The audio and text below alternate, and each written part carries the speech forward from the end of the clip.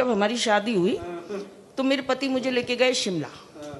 उस समय तो ये जमाना भी नहीं था कि सिंगापुर जाओ, मलेशिया जाओ, तब तो शिमला ही चले जाएं तो बड़ी बात होती थी, है ना सर। तो शिमला ले गए, लेकिन पता नहीं उन पे क्या भूत सवार हुआ।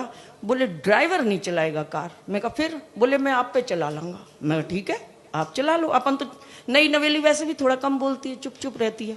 तो उन्होंने ड्राइवर को एक्स्ट्रा पैसे दे दिए, कार हायर कर ली और बोले कि तू गड्डी नहीं चलाएगा, तू पैसे रख ले। रख लिए ड्राइवर ने। अब पतिदेव ड्राइविंग सीट पर, मैं साथ वाली सीट पर। और सीन देखिए, शिमला की पहाड़ियों में जैसे ही हम गए तो एक मोड़ आया। सरदार जी ने इतनी तेजी से मोड़ काटा कि लगा खाई में गिर जाएंगे। मैं डर गई, लेकिन नई नवेली थी, बोली नहीं। अरे पूरी जिंदगी पड़ी है बोलने को, शुरू में क्या करना बोल के।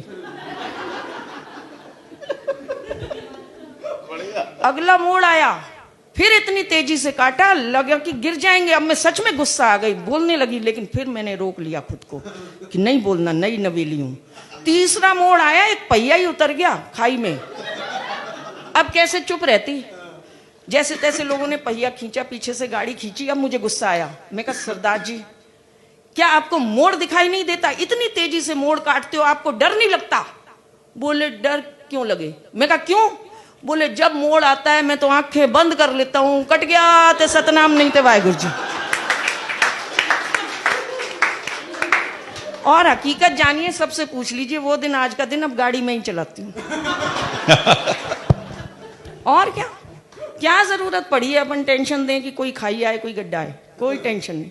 अच्छा, वहां से और अगली बात सुनो। वहां से हम आ गए जब वापस दिल्ली में, मेहरौली की बहू। दिल्ली आ गए तो एक दिन कहते हैं मैं ग्वालियर की बेटी हूँ और दिल्ली आई। बोले तूने लाल किला तो नहीं देखा होगा?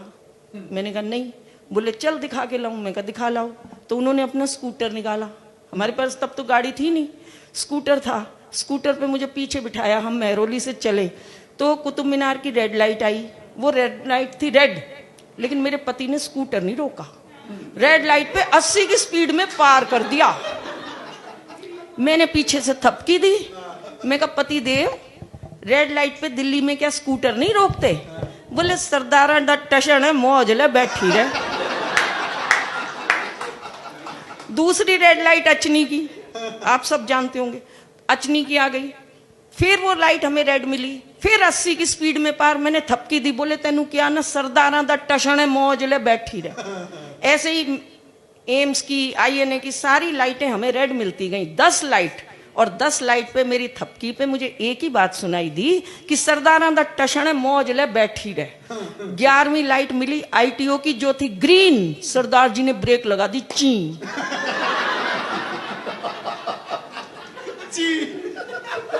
मैं कहा ऐ की होया? ग्रीन लाइट है, आपने क्यों रोक दी? बोले मूर्ख, दूसरी तरफ से मेरे जैसा सरदार स्टेशन में मौज लेता आ गया तो। बहुत अच्छे बलजी, वाह वाह वाह, बहुत बढ़िया। एक्सीडेंट नहीं हो जाएगा तो बस। अच्छा, और वैसे एक नियम आया ना कि जो बालिग नहीं है बच्चे, अगर वो गाड़ी चलाते हुए कुछ गड़बड़ हुई तो उनके माँ बाप को भी सजा होगी। उसके बाद सरदार जी ने 3 नई गाड़ियां बलजीत के नाम पे खरीदी और अपने बच्चों का बेटा तुसी फुल टशन लो। और देखो एक अच्छी बात की, पतिदेव और ये दीपक आपस में कितनी सलाह करते रहते हैं, पर मैं टेंशन ही नहीं लेती। जिसका खुदा उसका क्या, कोई टेंशन लेने की जरूरत नहीं। फानूस बनकर जिसकी रक्षा हवा करे, क्या टेंशन है कि दीपक और सरदार जी सलाह करें? कोई टेंशन नहीं, मस्ती में रहना चाहिए। और मस्ती मैंने कहा कहीं से नहीं आती। 4 पंक्तियां लिखी थी कि किसी को चाह लो तो चाहत हो जाती है, किसी को चाह लो तो चाहत हो जाती है, अपना बना लो तो आदत हो जाती है। मैंने जान लिया दिल में रहता है खुदा, लोगों को हंसा लो इबादत हो जाती है।